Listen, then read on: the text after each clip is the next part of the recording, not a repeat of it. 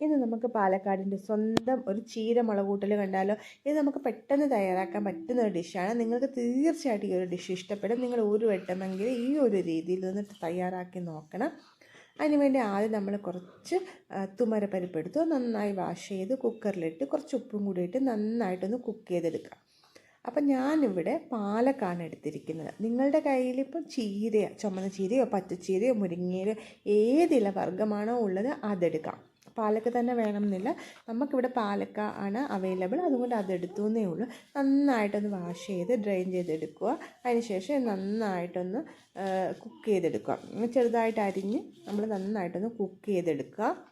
അതൊന്ന് കുക്കായി വരുന്ന ആ ഒരു ടൈമിലേക്കാണ് നമ്മൾ ഇതിലേക്കുള്ള സ്പെഷ്യൽ ഇൻഗ്രീഡിയൻറ്റ്. ഈ ഒരു ഭാഗം നിങ്ങൾ സ്കിപ്പ് ചെയ്യരുത്. ഇത് മസ്റ്റായിട്ട് നമ്മളിത് ആഡ് ചെയ്ത് കൊടുക്കണം. അപ്പോഴാണ് മൊത്തത്തിൽ അതിൻ്റെ ഫ്ലവേഴ്സ് ഒന്ന് ചേഞ്ച് ആവുന്നത്.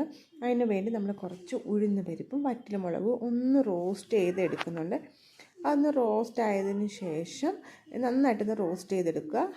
അപ്പോൾ ആ ഒരു ടൈമിലേക്ക് നമ്മുടെ പാലക്ക് നന്നായിട്ട് കുക്കായി വന്നിട്ടുണ്ട്. അതിലേക്ക് നമ്മൾ നേരത്തെ കുക്ക് ചെയ്ത് വെച്ചിരുന്ന ഒരു തുമരയുണ്ടല്ലോ, അതുകൂടി ഇതിലേക്ക് ആഡ് ചെയ്ത് കൊടുത്ത് നന്നായിട്ടൊന്ന് മിക്സ് ചെയ്തെടുക്കുക. നന്നായിട്ട് മിക്സ് ചെയ്തതിന് ശേഷം നമ്മളിതിലേക്ക് ഉപ്പ് മഞ്ഞൾപ്പൊടി കൂടി ആഡ് ചെയ്ത് കൊടുക്കുക. നമ്മൾ തുമരയിൽ ഓൾറെഡി ഉപ്പ് ചേർത്തിട്ടുണ്ട്, അപ്പോൾ അതനുസരിച്ചിട്ട് വേണം നമ്മൾ പിന്നെ ഉപ്പൊക്കെ ചേർക്കാൻ. നമ്മൾ മഞ്ഞൾപ്പൊടി ഇതുപോലെ തുമരയിൽ ആഡ് ചെയ്യുവാണെങ്കിൽ അതനുസരിച്ച് നമ്മൾ പിന്നീട് ആഡ് ചെയ്ത് കൊടുത്താൽ മതി. ഞാൻ തുമരയിൽ മഞ്ഞൾപ്പൊടി ആഡ് ചെയ്ത് കൊടുത്തിട്ടില്ലായിരുന്നു.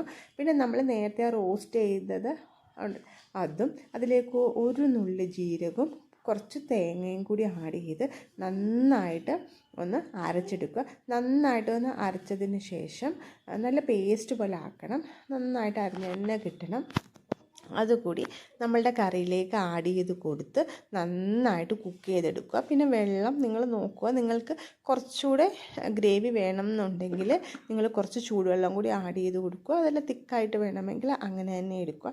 നമ്മളിതിൽ തക്കാളിയോ പുളിയോ ഒന്നും ആഡ് ചെയ്ത് കൊടുക്കുന്നില്ല. അപ്പം നിങ്ങൾക്ക് കുറച്ച് പുളിയും കൂടി വേണം എന്നുണ്ടെങ്കിൽ നിങ്ങൾ തക്കാളിയോ പുളിയോ ഒക്കെ ആഡ് ചെയ്ത് കൊടുക്കാവുന്നതാണ്.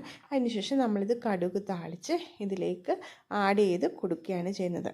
ഇത് വളരെ പെട്ടെന്ന് തയ്യാറാക്കാൻ പറ്റുന്നൊരു ഡിഷാണ്. നിങ്ങൾക്ക് എല്ലാവർക്കും തീർച്ചയായിട്ടും ഇഷ്ടപ്പെടും.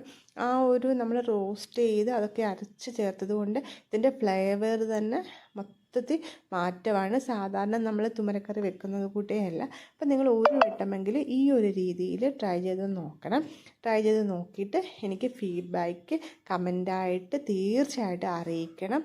അപ്പോൾ അടുത്ത വീഡിയോയുമായി കാണാം. Okay, thank you.